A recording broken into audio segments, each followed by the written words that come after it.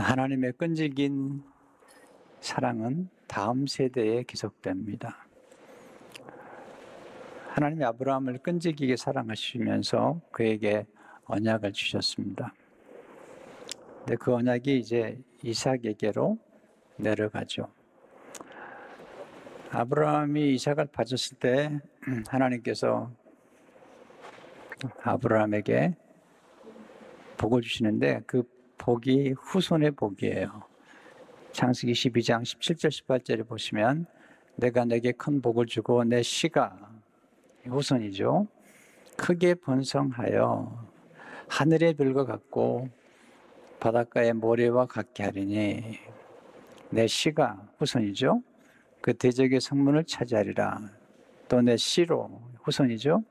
말미암아 천하 만민이 복을 받으리니 이는 내가 나의 말을 준행하심이라 하셨다 하니라. 근데 이 말씀을 듣고 있는 사람이 또 하나 있는데요. 이삭이 듣고 있죠. 이삭이 번제단의 결박을 당한 채로 하나님께서 아버지 아브라함의 헌신과 순종을 보시고 축복하는 음성을 듣고 있는 것을 보게 됩니다.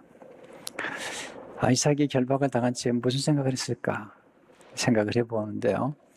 분명히 그가 알았던 것은 하나님은 헌신과 순종을 큰 복으로 보답하신다는 것입니다.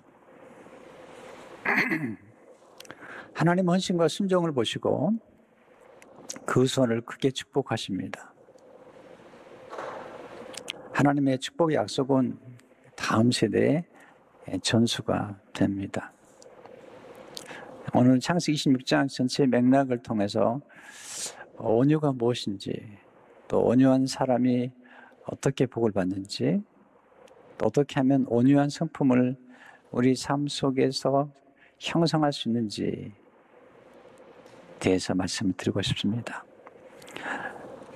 첫 번째 우리가 배우는 교훈은 하나님이 흉년의 때에 찾아오셔서 복을 주십니다. 이삭이 흉년을 맞았어요. 그런데 하나님이 찾아오세요. 오늘 1절을 보시면 아브라함 때 첫 흉년이 들었더니 그 땅에 또 흉년이 들매 이삭이 그랄로 가서 블레셋 왕 아비멜렉에게 이르렀더니 아브라함 때문에 흉년이 들었었는데요. 이삭의 때도 흉년이 들었어요. 그래서 그랄로 가서 블레셋 땅에 찾아가는 것입니다. 여기서 배우는 놀라운 교훈이 있죠. 흉년의 때가 하나님을 깊이 만나는 기회입니다. 우리가 하나님 믿지만 깊이 만나는 그런 경험을 잘 못하잖아요. 그런데 흉년의 때, 어려운 때에 하나님을 깊이 만나게 됩니다. 흉년의 때에 우리는 하나님의 음성을 듣게 돼요. 풍요 때보다도 흉년의 때에 하나님의 음성을 듣게 됩니다. 흉년의 때에 하나님께 깊이 뿌리를 내리게 됩니다. 나무는 비가 오지 않는 가뭄의 때에 뿌리를 깊이 내려 생수를 공급받습니다. 흉년의 때에 하나님이 이삭을 찾아오셔서 아브라함에게 약속하신 말씀을 다시 한번 반복해서 말씀해 주세요. 3절에서 5절을 보시면 이 땅에 고려하면 하나님 말씀이에요. 내가 너와 함께해서 내게 복을 주고 내가 이 모든 땅을 너와 내 자손에게 주리라. 내가 내 아버지 아브라함에게 맹세한 것을 이루어 내 자손을 하늘의 별과 같이 번성하게 하며 이 모든 땅을 내 자손에게 주리니 내 자손으로 말미암아 천하 만민이 복을 받으리라. 이는 아브라함이 내 말을 순종하고 내 명령과 내 계명과 내 율례와 내 법도를 지켰음이라 하시니라. 모리아산에서 이삭이 들었던 하나님의 약속의 말씀을 다시 한번 듣는 것을 보게 되죠. 하나님의 큰 약속은 후손들에게 연결되어 성취됩니다. 큰 약속은 한 데에서만 이루어지는 게 아니고 후손들에게 연결이 되어 성취됩니다. 하나님은 멀리 보시면서 큰 약속을 주십니다. 이삭이 하나님 인도를 따라서 블레셋 땅에서 농사를 짓는데 하나님이 복을 주셔가지고 그 어려운 때에 거부가 됩니다. 이게 참 하나님의 신비로운 역설이죠. 12절에 15절을 보시면 이삭이 그 땅에서 농사하여 블레셋 땅이에요. 남의 땅이에요. 그 해, 흉년의 해에 100배나 얻었고 여호와께서 복을 주심으로 그 사람이 창대하고 왕성하여 마침내 거부가 되어 양과 소가 떼를 이루고 종의 심이 많으므로 블레셋 사람이 그를 시기하여 그 아버지 아브라함 때 그 아버지의 종들이 판 모든 우물을 막고 흙으로 메었더라. 어려운 때인데 하나님이 복을 주시니까 농사를 지어서 100배나 얻었고 창대하고 마침내 거부가 되었다는 거예요. 블레셋 사람들이 시기할 만큼 거부가 된 거예요. 하나님의 복을 주시면 흉년의 때에 더욱 잘 될 수 있습니다. 이 은혜가 있기를 바랍니다. 복을 많이 받으면 시기하는 사람들을 만납니다. 복을 많이 받으려고 하면 각오를 하셔야 됩니다. 시기하고 질투하는 사람들을 만나게 됩니다. 하나님의 큰 복을 기대하는 사람은 시기와 공격을 받을 것을 대비해야 됩니다. 아니, 각오해야죠. 사람들은 형통한 사람을 부러워하지만 좋아하지 않는 경향이 있습니다. 이삭이 형통하게 되니까 아비멜렉, 블레셋 사람들이 그를 싫어해요. 그래서 이제 아비멜렉이 이삭에게 떠나라고 얘기해요. 16절을 보시면 아비멜렉 이삭이 이르되 내가 우리보다 크게 강성한 즉 우리를 떠나라. 네, 크게 강성한 건 좋지만 동시에 공격을 받게 됩니다. 네, 또 인간관계에도 갈등과 어려움을 겪습니다. 소유가 많아지면 싸움이 생깁니다. 우리 많은 소유를 원하고 많은 소유에 집착합니다. 하지만 많은 소유가 행복을 보장해 주지 않습니다. 또한 좋은 관계를 보장해 주지도 않습니다. 결국 이삭과의 아비멜렉은 이별을 하게 되죠. 두 번째로 위기의 때에 근본으로 돌아가는 것이 지혜입니다. 이삭은 지혜로운 사람이에요. 우물을 팠어요. 우물이 생명의 근원이거든요. 18절을 보시면 그 아버지 아브라함 때에 우물들을 다시 팠으니 이는 아브라함이 죽은 후에 블레셋 사람이 그 우물들을 메었습니다. 우물을 다시 팠다. 근데 양과 소와 염소를 기르는 사람에게 중요한 게 뭘까요? 물이죠. 물이 없으면 소유를 지킬 수 없죠. 물은 생명의 근본이에요.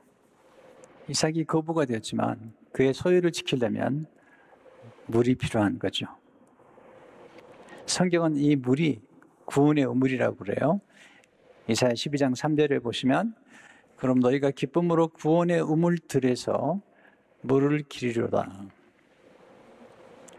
성경은 생수를 하나님이라고 말씀하세요. 하나님은 생수의 원천이십니다. 지혜란 뭘까요? 원천으로 거듭 돌아가는 거예요. 물을 구하는 게 아니라 샘을 구하는 거예요. 아니, 물을 얻는 것이 아니라 샘을 얻는 사람이 지혜로운 사람인 거예요. 지혜라는 원천을 소중히 여기는 것입니다. 지혜라는 원천에 머무는 것입니다. 원천이 무엇이죠? 아니, 누구죠? 하나님이시죠. 결국 가장 위기에 처했을 때 우리가 돌아갈 분은 하나님이시죠. 어리석은 사람들은 생수의 근원 되신 하나님을 떠나게 됩니다. 예레미야 2장 13절을 보게 되면 내 백성이 두 가지 악을 행하였나니 곧 그들이 생수의 근원 되는 나를 버린 것과 스스로 웅덩이를 판 것인데 그것은 그 물을 가두지 못할 터진 웅덩이들이니라. 이삭은 생수의 근원 되시는 하나님을 의지했고 그리고 생수를 얻었던 곧 근본으로 돌아갔던 사람이죠. 우리가 상황이 아무리 변화가 돼도 우리는 거듭 하나님께로, 생수의 근원 되신 하나님께로 돌아가야 됩니다. 세 번째로, 하나님은 끈질긴 온유의 사람을 축복해 주십니다. 이삭이 그날 골짜기에서 우물을 파는 중에 이삭의 종들이 샘 근원을 얻었습니다. 19절을 보시면 이삭의 종들이 골짜기를 파서 샘 근원을 얻었더니, 너무 중요한 얘기죠. 샘의 원천. 네, 물을 구하지 말고 샘 근원을 구해야 됩니다. 왜냐하면 물은 한 번 마시면 끝나지만 샘을 얻게 되면 계속해서 생수가 솟구쳐 올라오죠. 문제는 그랄의 목자들과 이삭의 목자들이 싸운 것입니다. 다투게 된 것이죠. 그랬더니 이삭이 싸우지 못하게 하고 우물을 주워버려요. 그리고 다른 우물을 파죠. 21절을 보시면 또 다른 우물을 팠더니 그들이 또 다툼으로 그 이름을 신나라 하였으며, 또 다투니까 또 줘버려요. 이삭은 싸우질 않아요. 여기서 우리가 배우는 중요한 교훈이 있어요. 이건 참 중요한 건데요. 빼앗길 바에는 줘버리는 것이 좋습니다. 온유란 가능한 싸움을 피하는 것입니다. 온유란 싸우지 않을 때까지 우물을 계속 파는 것입니다. 결국 우물을 계속 파는 중에 싸움이 끝나죠. 그 22절의 말씀이에요. 이삭이 거기서 옮겨 다른 우물을 팠더니 그들이 다투지 아니하였으므로 그 이름을 르호봇이라 하여 이르되, 이제는 여호와께서 우리를 위하여 넓게 하셨으니 이 땅에서 우리가 번성하리로다 하였더라. 하나님이 도와주셨어요. 이삭이 넓은 땅을 결국 차지해요. 왜냐하면 그의 온유한 성품 때문이죠. 성경은 온유한 자가 땅을 차지한다고 말씀합니다. 시편 37편 11절을 보시면, 그러나 온유한 자들은 땅을 차지하며 풍성한 화평으로 즐거워하리로다. 보세요. 땅을 차지할 뿐만 아니라 풍성한 화평으로 즐거워합니다. 싸움을 잘하는 사람들이 이기는 게 아니에요. 싸우지 않는 사람이 화평한 거예요. 어떻게 이삭이 온유한 사람이 됐을까요? 그가 핍박을 통해서, 핍박을 받을 때도 인내함으로 온유한 사람이 되었어요. 이삭이 성장할 때 이스마엘이 그를 놀리죠. 희롱하죠. 그런데 이삭이 싸우질 않아요. 창세기 21장 9절을 보면, 사라가 본즉 아브라함의 아들 애굽 여인 하갈의 아들이 이삭을 놀리는지라. 개역 한글에는 희롱했다고 그랬어요. 희롱이란 말인 행동으로 사람을 괴롭히고 놀리는 거예요. 모멸감을 주는 거죠. 사도 바울은 영적으로 이 사건을 해석하면서 이삭이 박해를 받았다. 그렇지만 그는 싸우지 않았다. 갈라디아서 29절을 보게 되면, 그러나 그때 육체를 따르는 자가 성령을 따르는 자를 박해한 것 같이 이제도 그러하도다. 이삭은 희롱을 당하고 박해를 당할 때도 싸우지 않았고 인내했죠. 그의 온유한 성품이에요. 이삭의 끈질긴 온유를 통해서 우리가 배우는 중요한 원리가 있어요. 아니, 온유가 주는 축복, 온유가 주는 좋은 결과들이 뭘까요? 첫째로, 끈질긴 온유를 통해서 필요한 것을 얻게 돼요. 우리는 원하는 것보다 필요한 것이 더 중요하다는 사실을 좀 깨달아야 돼요. 하나님은 우리가 원하는 것보다도 필요한 걸 아시죠? 이삭이 필요했던 것은 우물이잖아요. 생수이거든요. 그는 끈질기게 필요한 우물을 계속 팝니다. 우물을 파되 샘물이 솟을 때까지 팝니다. 다투지 않을 때까지 우물을 팝니다. 어떤 분이 한 말이에요. 9길 우물을 팠더라도 샘물이 솟을 때까지 파지 않으면 그 우물은 버린 것과 같다. 끈질긴 온유가 필요한데요. 우물을 파더라도 샘물이 나올 때까지 파는 거예요. 그래서 온유를 통해서 우리가 필요한 것을 얻게 됩니다. 두 번째로 끈질긴 온유를 통해서 진정한 승리를 하게 됩니다.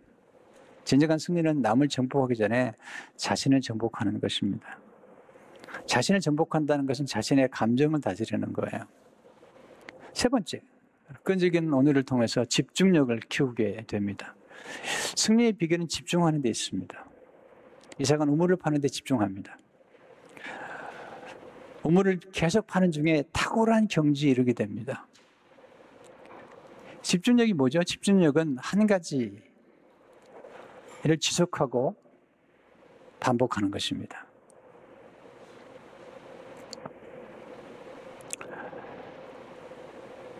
이 집중이 굉장히 중요해요.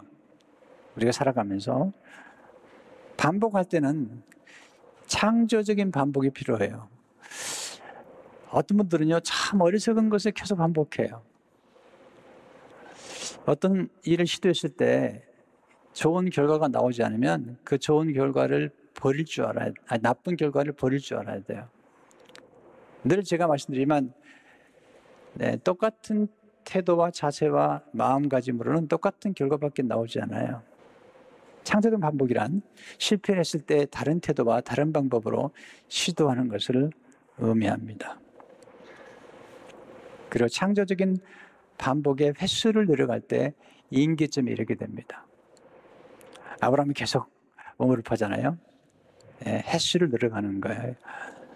그때 임계점은 우리가 물이 99도에서 끓지 않아요. 100도에서 끓는 것처럼 임계점에 이르는 것이 필요한데 임계점에 이를 때 놀라운 변화를 경험하게 됩니다. 이삭이 어느 순간에 임계점에 이르게 되죠. 그래서 더 이상 싸우지 않게 되고 그런 번성하게 됩니다. 그 말씀이 22절의 말씀이에요. 이삭이 거기서 옮겨 다른 우물을 봤더니 그들이 다투지 아니하였으므로 그 이름을 르호봇이라 하여 이르되 이제는 여호와께서 우리를 위하여 넓게 하셨으니 이 땅에서 우리가 번성하리로다 하였더라. 집중했어요. 그랬더니 하나님께서 축복하셨어요. 그래서 더 이상 싸우지 않고 크게 번성하게 되었어요. 네 번째로, 끈질긴 온유의 사람은 눈부신 끈기로 전진하는 사람이에요. 이삭은 계속 그 우물을 파잖아요. 그리고 그의 온유한 성품의 결과를 하나님의 은혜라고 말하죠. 22절을 보시면 이제 여호와께서 우리를 위하여 넓게 하셨으니, 이삭은 공을 하나님께 돌릴 줄 알았어요. 여러분도 그래야 하셔야 돼요. 뭔가 잘 되면 그 하나님의 은혜라는 사실을 알고 하나님의 은혜라고 하나님께 영광을 돌려야 돼요. 말로, 입으로 크게 감사할 줄 알아야 돼요. 오늘 여러분이 암송하신 것처럼 입으로 크게 감사할 줄 알아야 돼요. 마음으로만 해서 안 돼요. 입으로 크게 감사하고 입으로도 하나님께 공을 돌려야 돼요. 이삭의 생애를 보면 눈부신 끈기를 가졌어요. 이삭은 끈기 사람이에요. 우물을 또 파고 또 파고 또 파고 이렇게. 저는 이렇게 눈부신 끈기를 가진 사람들을 좋아해요. 저지 모리슨이 아주 유명한 말을 남겼는데요. 제가 이 말을 너무 좋아해요. 조용하면서도 눈부신 끈기는 모든 성자들의 특징 중 하나였다. 다시 한번 읽겠어요. 조용하면서도 눈부신 끈기는 모든 성자들의 특징 중 하나였다. 하나님 주신 인물들의 특징이에요. 시끄럽지 않아요. 조급하지 않아요. 눈부신 끈기로 하나님의 뜻을 이루어가는 것을 보게 됩니다. 이삭이 그날 골짜기에서 이제 떠나서 브엘세바에 올라갑니다. 그 밤에 하나님이 이삭을 또 찾아오세요. 이 창세기 26장 안에서 많은 일들이 벌어져요. 하나님이 이삭을 번성케 하시고 이제 브엘세바로 올라갔더니 하나님이 다시 찾아오셔서 아브라함에게 주셨던 그 약속을 다시 한번 이삭에게 말씀하세요. 하나님 참 끈질긴 분이세요.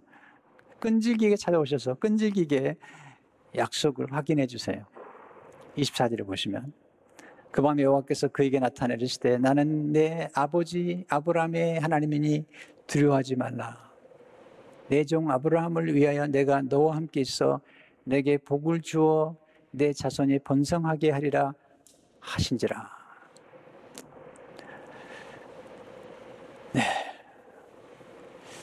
이 브엘세바가 굉장히 중요한 곳이죠. 왜냐하면 창세기 21장에 보면 이제 이삭이 태어난 후에 창세기 21장에서 아브라함이 우물을 팠어요.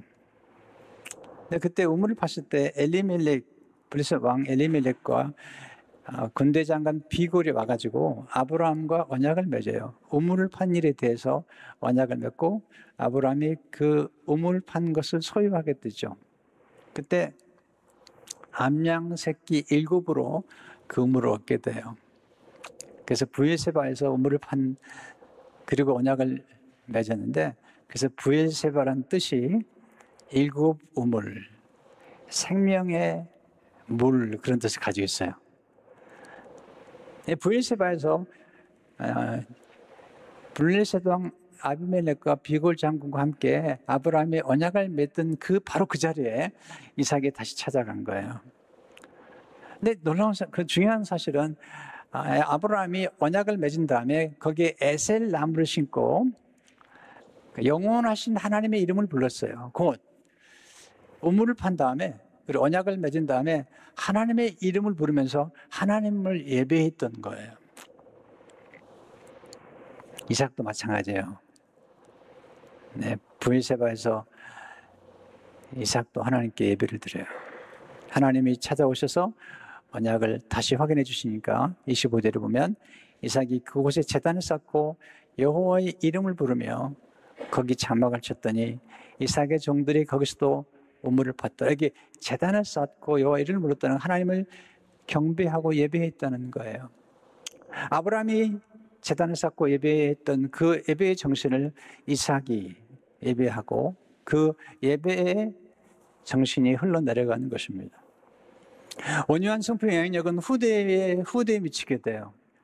이삭이 이렇게 끈기 있고 온유하고 견딜 수 있는 성품이 누구에게 가냐면요, 나중에 요셉에게 가요. 야곱이 이제 삼촌 라반의 집에서 돌아왔을 때 이제 아버지에게로 돌아오죠. 근데 아버지가 그때 나이가 158세였어요. 그리고 아시다시피 요셉의 어머니 라헬이 베냐민을 낳고 죽어요. 그러니까 그 형제들 가운데 가장 외롭고 그리고 힘들었던 게 요셉과 베냐민이에요. 그때 할아버지가 손주들 가운데 요셉과 베냐민을 사랑해줘요. 그리고 요셉에게 10년 동안, 요셉의 7세부터 엄마가 돌아가신 7살부터 형제들에게 애굽에 팔려갈 17세까지 10년 동안 할아버지가 있어 요셉에게 아브라함의 언약, 아브라함의 하나님 얘기를 해줘요. 나중에 요셉이 형제들에게 내 유고를 가지고 반드시 가나안으로 돌아간다고 얘기해요. 그것은 할아버지 이삭이 들었던 아브라함의 언약이죠. 그리고 이삭에게 들었던 모리아산의 이야기, 그리고 우물판 이야기들을 요셉이 들었던 거죠. 그래서 요셉이 싸우질 않아요. 네, 인내하죠. 형제들에게 복수하잖아요. 찾아오니까 환영하잖아요. 축복해 주잖아요. 이 요셉이 그릇이 큰 거죠. 요셉이 온유한 사람이죠. 네, 오해를 받았어요. 근데 변명하지 않아요. 그냥 감옥에 2년 동안 가 있죠. 하나님이 요셉을 높이 세워주세요. 온유한 자에게 땅을 차지하게 해서 애굽 전역 땅을 요셉이 관리하도록 만드신 거죠. 그래서 만민의 생명을 구원하는 길을 걷게 한 것입니다. 이삭은 참 온유하죠. 왜냐하면 그 모리아산에서 결박을 당하잖아요. 근데 아버지보다 힘이 셌거든요. 근데 결박을 당했어요. 하나님이 요셉을 위해서 순양을 준비하셨어요. 근데 예수님은 십자가에서 순양에 대해서 돌아가셨어요. 십자가에서 내려오지 않으셨어요. 그렇게 사람들이 희롱하고 조롱하고 능욕해도 예수님 내려오지 않으셨어요. 십자가를 끝까지 지셨어요. 예수님은 나는 마음이 온유하고 겸손하다고 마태복음 11장 29절에서 말씀하셨어요. 그리고 정말로 십자가에서 끝까지 견디셨어요. 그래서 우리가 구원을 받게 된 것이죠. 십자가에서 곧 십자가는 구원의 우물들이에요. 거기서 말씀의 생수, 보혈의 생수, 성령의 생수 흘러나와요. 그리고 이제 그리스도의 몸된 교회에서 이 구원의 우물들이 돼서 이제 말씀의 생수가 오늘 흘러나가고 보혈의 생수, 성령의 생수가 흘러나가는 거예요. 성도 여러분, 온유한 자가 복이 있습니다. 온유함으로 승리하시기를 축원합니다.